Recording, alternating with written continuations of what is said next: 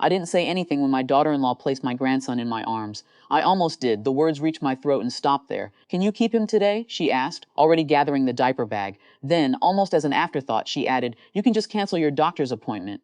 You have the whole week free, Mom. The whole week free. I stood in my kitchen holding a squirming toddler while she checked something on her phone. My appointment had been on the calendar for 3 months. No one had forgotten it. They simply hadn't considered it important. That realization landed harder than her request. Not because I minded helping. I had spent years helping. When my son and his wife worked late, I helped. When daycare closed unexpectedly, I helped. When they wanted a weekend away, I helped. I never kept score because families aren't supposed to keep score. But standing there with my grandson on my hip, I suddenly understood something uncomfortable. The help had stopped being appreciated. It had become expected. I looked at my daughter-in-law. I have an appointment. She smiled absently. I know. You can reschedule. Not, would you mind? Not, is it important? Just an assumption, a simple rearrangement of my life.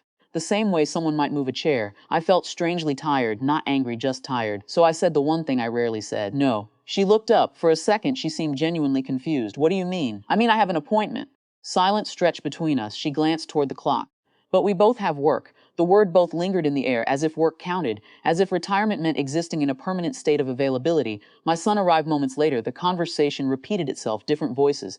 Same assumption. Surely Mom could move her plans. Surely Mom would understand. Mom always understood. I listened quietly, then I handed the child back. I'm keeping my appointment. The disappointment on their faces surprised me, not because they were upset, because they seemed shocked I had a choice. They left frustrated. The house became silent. For the first time all morning, I sat down. Part of me wondered if I was being selfish. Years of habit don't disappear in a single conversation. I almost called the clinic. I almost canceled. Then I remembered why the appointment existed in the first place. A series of tests, a concern my physician had been monitoring. Nothing dramatic, nothing guaranteed, but important enough that the specialist had insisted on seeing me personally. I went. The waiting room was crowded. The appointment lasted longer than expected. When the specialist entered, her expression was professional but serious. She explained the results carefully. More testing would be required. Treatment options needed discussion. There was no emergency, but there was also no question that postponing indefinitely would have been a mistake. As she spoke, I kept hearing my daughter-in-law's voice. You have the whole week free. The strange thing about being useful for too long is that people begin seeing only the usefulness, not the person, not the appointments, not the fears, not the limitations, just the service you provide. A few days later, the specialist's office called my son directly. I had listed him as an emergency contact years ago.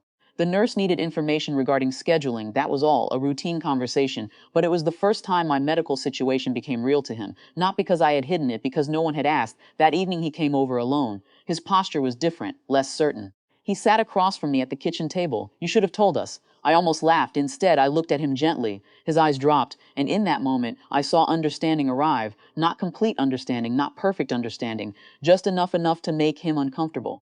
Enough to make him remember. After that, things changed slowly, not dramatically. No apologies delivered through tears, no speeches, no grand reconciliation. When childcare was needed, they started asking instead of informing. Sometimes I said yes, sometimes I said no. The world continued turning.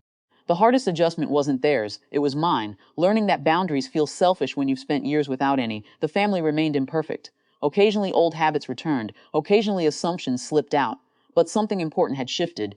The next time my calendar held an appointment, nobody suggested canceling it. Nobody referred to my schedule as empty. Nobody spoke as though my life existed between their needs. It wasn't a victory. It didn't feel like winning. It felt quieter than that, like reclaiming a room in a house that had gradually been taken over. The relationship survived. A little strained in places, a little more honest in others. And as I sat in another waiting room months later, reading a magazine while waiting to hear my name called, I realized something. Being family doesn't mean always being available. Sometimes it means allowing someone to remain a whole person, even when it's inconvenient.